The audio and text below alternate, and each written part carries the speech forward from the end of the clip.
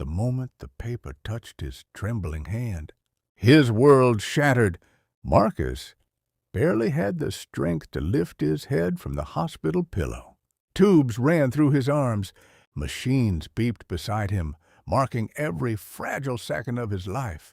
And standing in front of him was his wife, not crying, not worried, not even pretending. She was calm, cold, holding divorce papers. Before we go deeper into this story, I want to know something real quick. Where are you watching from right now? Drop your country in the comments. And if you love powerful, emotional stories like this, don't forget to subscribe to Secret Tales, because this one, it's going to hit hard.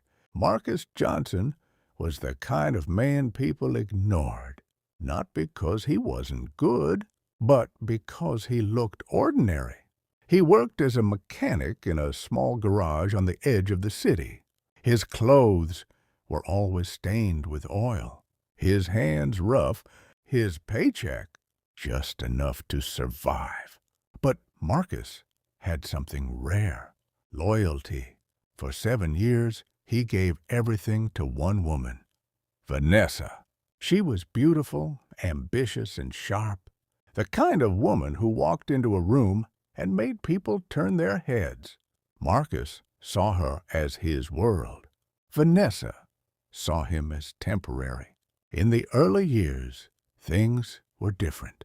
They struggled together, ate cheap meals, laughed over nothing, dreamed about building a better future. But dreams change when reality hits. Vanessa got a corporate job, new friends, new lifestyle, new standards. And slowly, Marcus no longer fit into her world. "Do you even see yourself?" she once snapped at him. Marcus stood there, confused. "What do you mean? You still smell like engine oil. You still think small. You're still the same man from 7 years ago." He didn't respond, because deep down, he feared she was already drifting away. What Marcus didn't know was that his life was about to change in a way no one could imagine, not even him. 2 weeks before the hospital incident, Marcus collapsed at work. One moment, he was fixing an engine. The next, everything went black. When he woke up, he was here, weak, confused. Doctors whispering outside his room. Something was wrong, very wrong. Meanwhile, Vanessa had already made her decision. She didn't cry when he collapsed. She didn't panic. Instead, she made a call. "Yeah, it's happening sooner than expected," she said quietly, standing by the window in their apartment. On the other end was Daniel, the man now standing behind her in the hospital room, well-dressed, confident, successful. Everything Marcus was not.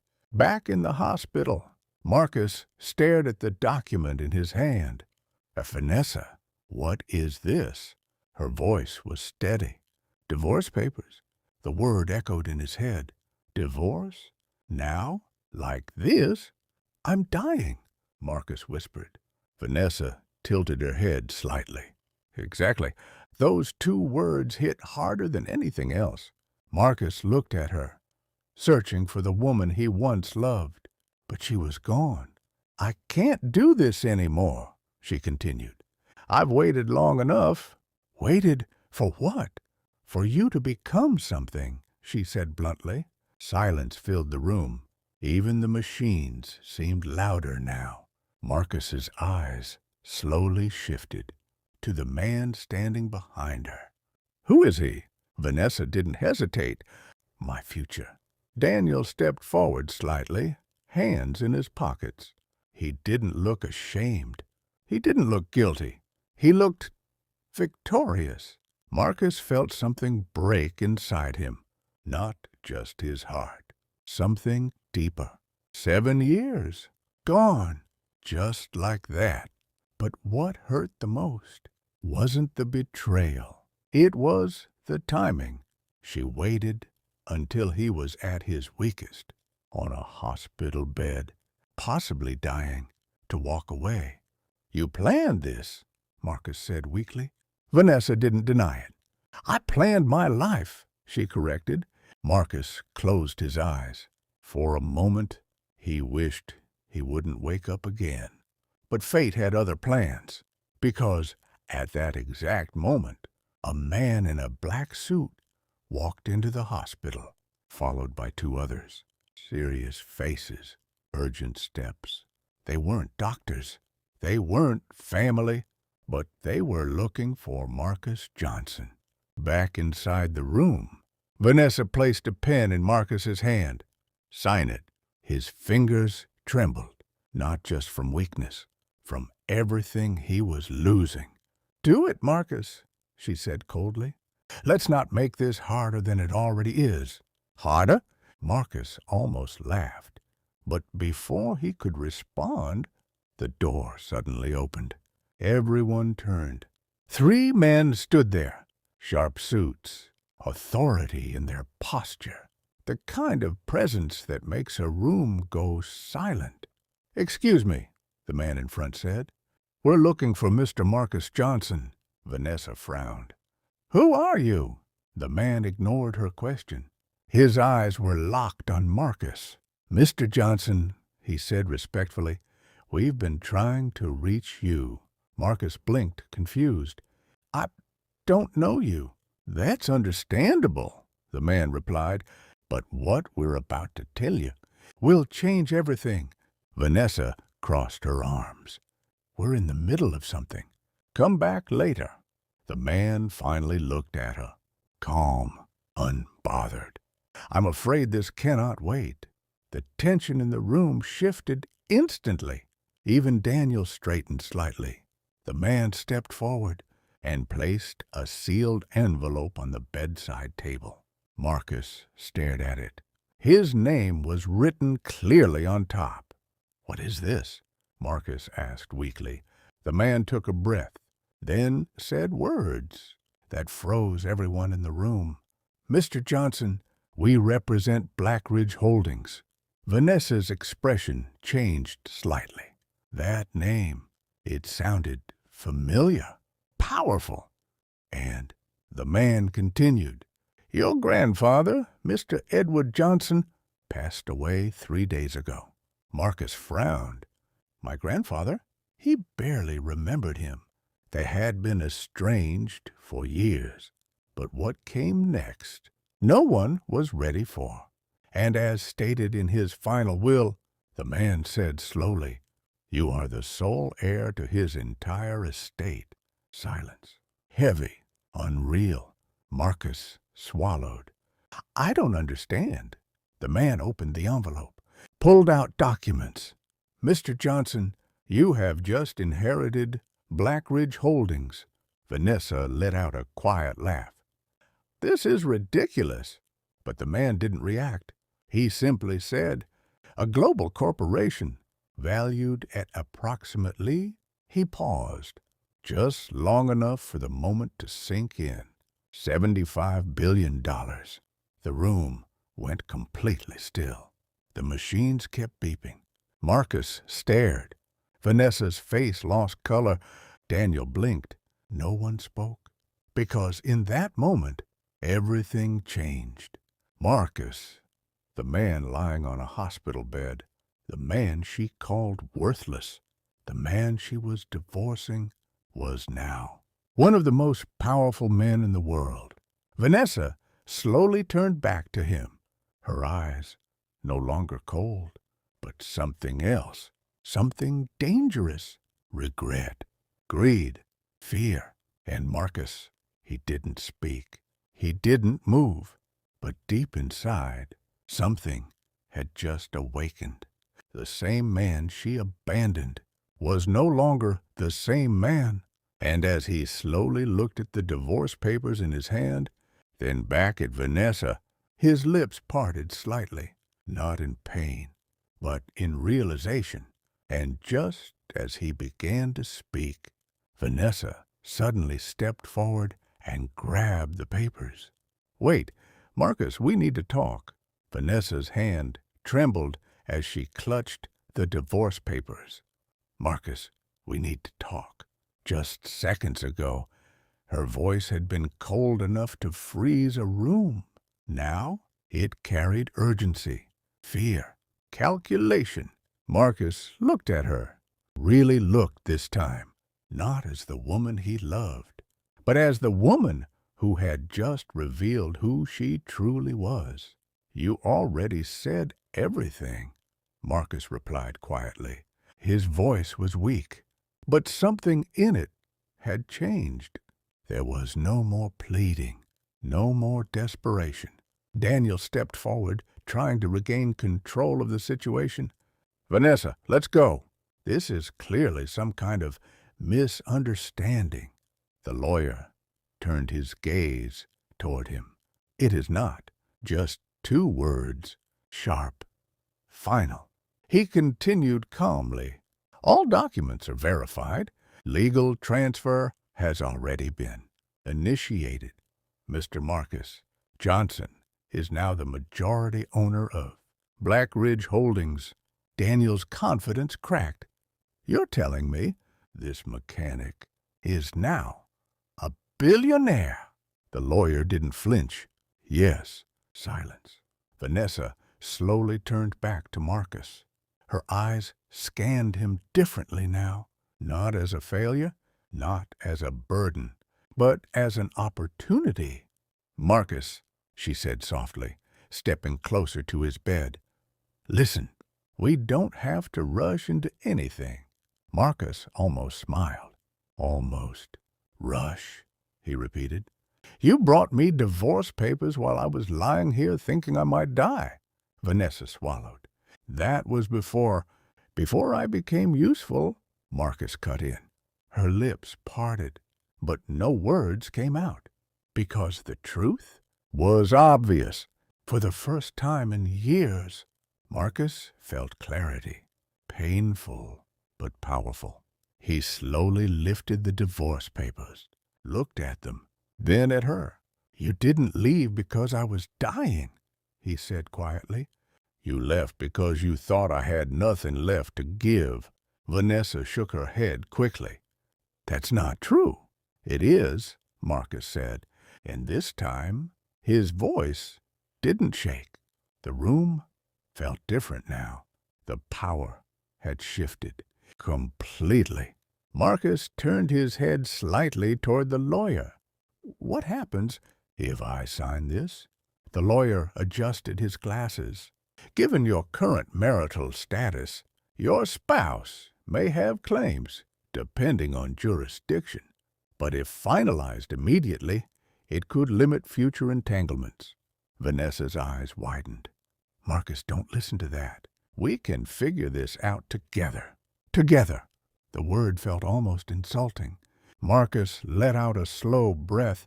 7 years. 7 years of loyalty, of sacrifice, of believing in someone who had already stopped believing in him. And now she wanted together. He looked at Daniel, standing there, silent, embarrassed, powerless. Marcus had been that man once. Invisible, replaceable. Not anymore. With trembling fingers, Marcus picked up the pen. Vanessa stepped forward quickly. "Marcus, please, don't do this." He paused, looked up at her one last time. "Funny," he said quietly. "That's exactly what I wanted to say when you walked in." And then he signed. The sound of pen on paper echoed louder than any machine in the room. It was done. Vanessa froze, her grip on reality slipping. "Marcus," she whispered. But he had already let go. He handed the papers back, not with anger, not with drama, with finality. "Take it," he said. The lawyer stepped forward, collecting the documents. "Understood. We'll proceed immediately." Vanessa stood there, staring at Marcus like she didn't recognize him anymore. Because she didn't. The man she thought she had control over was gone. Hours later, the hospital room had changed. Security outside the door. Executives arriving. Doctors suddenly more attentive. Marcus wasn't just a patient anymore. He was an asset, a priority, a man people needed. And for the first time, Marcus realized something important. Money didn't change who people were. It revealed them. 3 days later, Marcus was transferred to a private medical facility. Top-tier treatment. Specialists from around the world. His condition? Serious, but treatable. The dying man Vanessa had abandoned was going to live. Meanwhile, Vanessa sat alone in her apartment, the same apartment Marcus had helped pay for, the same place where she had made that call. Her phone buzzed. Daniel. She stared at it, then declined, because even she knew that chapter was over. She walked to the mirror, looked at herself, and for the first time, she didn't see success. She saw loss. Weeks passed. Marcus recovered, slowly but steadily, and as his health returned, so did his power. Board meetings, legal briefings, corporate restructuring. The mechanic was learning fast, because Marcus had always been intelligent. He just never had the opportunity. Now he had everything. One evening, he sat in a high-rise office overlooking the city, the same city where he once struggled to survive. The lawyer stood beside him. "There's one more matter," he said. Marcus didn't look away from the window. "Vanessa." "Yes." Marcus exhaled slowly. "What about her?" "She has attempted to contact you multiple times." "Of course she had." Marcus nodded slightly. "Arrange a meeting." The lawyer hesitated. "Are you sure?" Marcus finally turned, his eyes calm, clear. "Yes." The next day, Vanessa walked into one of the most luxurious buildings in the city. Nervous, anxious, hopeful, she was escorted to a private office, and when the doors opened, she saw him, Marcus, not in a hospital bed, not weak, not broken, but standing in a tailored suit, confident, composed, a completely different man. For a moment, she couldn't speak. "Marcus," she finally said. He gestured to a chair. "Sit." She obeyed. Silence filled the room. "I made a mistake," she said quickly. "I know that now." "I was scared. I didn't understand what was happening." Marcus raised his hand slightly, and she stopped. "I am not here for apologies," he said calmly. Her heart dropped. Then, "Why am I here?" Marcus walked slowly to his desk, picked up a file, then placed it in front of her. "What is this?" she asked. "Closure." She opened it. Inside were finalized divorce documents, already processed, already complete. Her hands trembled. "It's over, Vanessa," Marcus said quietly. Tears filled her eyes. "Marcus, please, we can start again." He looked at her, not with anger, not with love, with understanding. "No," he said, one word, but it carried everything.